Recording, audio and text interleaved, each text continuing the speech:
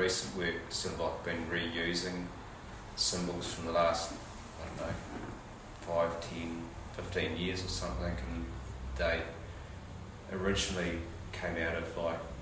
I don't know, tattoo imagery, comic book imagery and books on, signs, that sort of thing. Just using them sort of, I suppose, compositionally or, at the moment I've actually really just been, I've been doing those big works with, they're just fields of, the dots and crosses and cobwebs and hearts and everything like that, and I've almost sort of been using them in a sort of arbitrary sort of way, just putting them in there almost like a catalogue or something of every symbol I've ever used, but without worrying too much about a meaning before I do the work or a sequence, just letting them sort of happen. And the earlier work was sort of concerned with sort of New Zealand identity, or what New Zealand identity was meant to be or could be. I was sort of looking at heraldry and I guess like the Kiwis were symbols of New Zealand, I don't know, icons or whatever, and I suppose the lion was more like the British sort of icon or symbol, and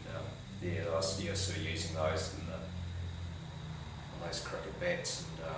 on those revisionist paintings, the old paintings that I was like adding stuff into as well. So they sort of grew out of that kind of when I was just interested in that sort of whole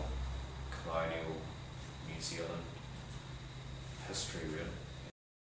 And I suppose in a lot of those works had historical references to them about the early settlement of New Zealand or something. But then after that they just start having a life of their own anyway. I do lots of drawings and little works on paper, kind of scrappy things, but they might sort of have an idea of a painting, but I hardly ever map out a painting beforehand and then stick to that plan. The only ones that I really sort of mapped out beforehand was when I was doing the big the logos with the mountains, just drawing out a Nike symbol and then filling it up with all the little mountains. They were probably the most pre-planned paintings that I've done, but what I'm doing now, I just sort of I start and then make it up as I go along, and eventually the work's finished at some point. If you go off on a bit of a tangent and there's ideas that sort of become dead ends or something,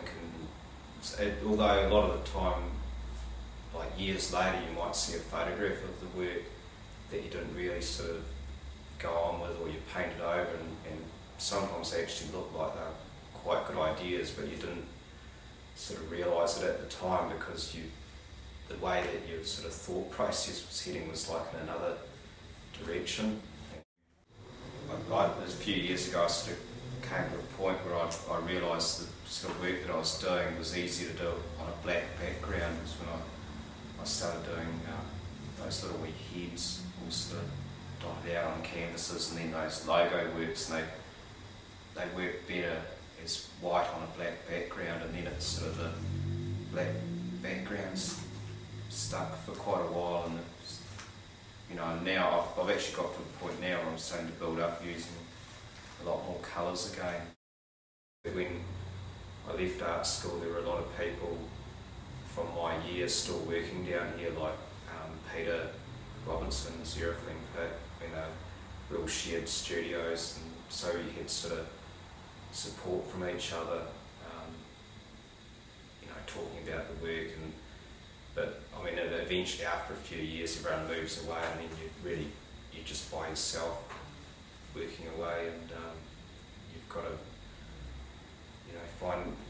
the sort of your energy yourself to sort of keep working and keep going.